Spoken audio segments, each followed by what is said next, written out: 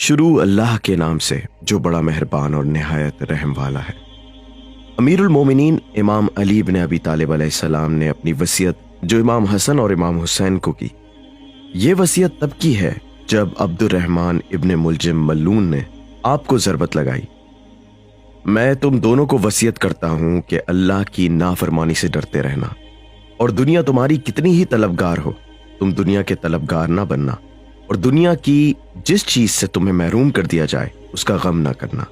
جو کہو حق کی حمایت میں کہو، اور جو عمل کرو اجر کے لیے کرو، ظالم کے مخالف اور مظلوم کے مددگار رہو۔ تم دونوں کو اپنی تمام اولاد کو، اپنے کنبے اور جس سے بھی میری تحریر پہنچے، میری وصیت ہے کہ اللہ کی نافرمانی سے ڈرتے ہوئے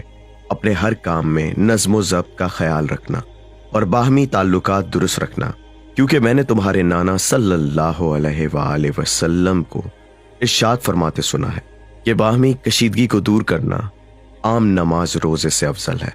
دیکھو، یتیموں کے بارے میں اللہ کو یاد رکھو،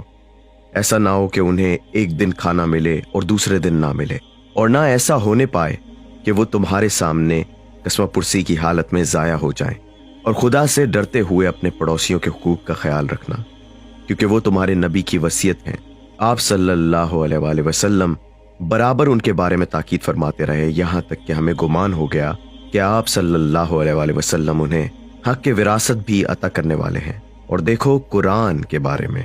خدا کو نہ بھولنا، ایسا نہ ہو کہ اور لوگ اس کے احکام پر عمل کرنے میں تم سے آگے نکل جائیں۔ نماز کے بارے میں اللہ سے ڈرتے رہو، کیونکہ یہ تمہارے دین کا ستون ہے، اور خدا را اپنے پروردگار کے گھر کو جب تک جیتے رہو خالی نہ چھوڑنا، کیونکہ اگر اسے چھوڑ دیا گیا تو اہل بیت کی حیثیت سے تمہارا احترام جاتا رہے گا۔ اور خدا کی راہ میں مال، جان اور زبان سے جہاد کرنے کے بارے میں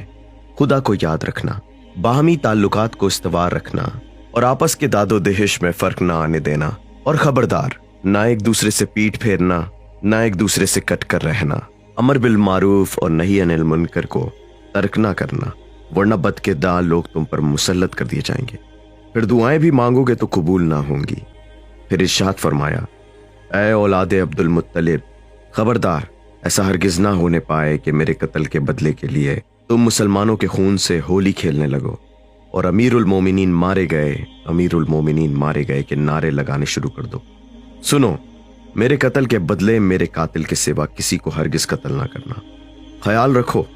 جب قاتل کی ضربت سے میری موت واقع ہو جائے تو اسے ایک ضربت کے بدلے ایک ہی ضربت لگانا، اور دیکھو، اس شخص کی لاش کو مسلح نہ کیا جائے، ناک کان وغیرہ نہ کاٹے جائیں، کیونکہ میں نے حضرت رسول خدا صلی اللہ علیہ وآلہ وسلم کو فرماتے سنا ہے کہ خبردار کسی کی لاش کو مسلح نہ کرنا، اگرچہ کاٹنے والا کتا ہی کیوں نہ ہو۔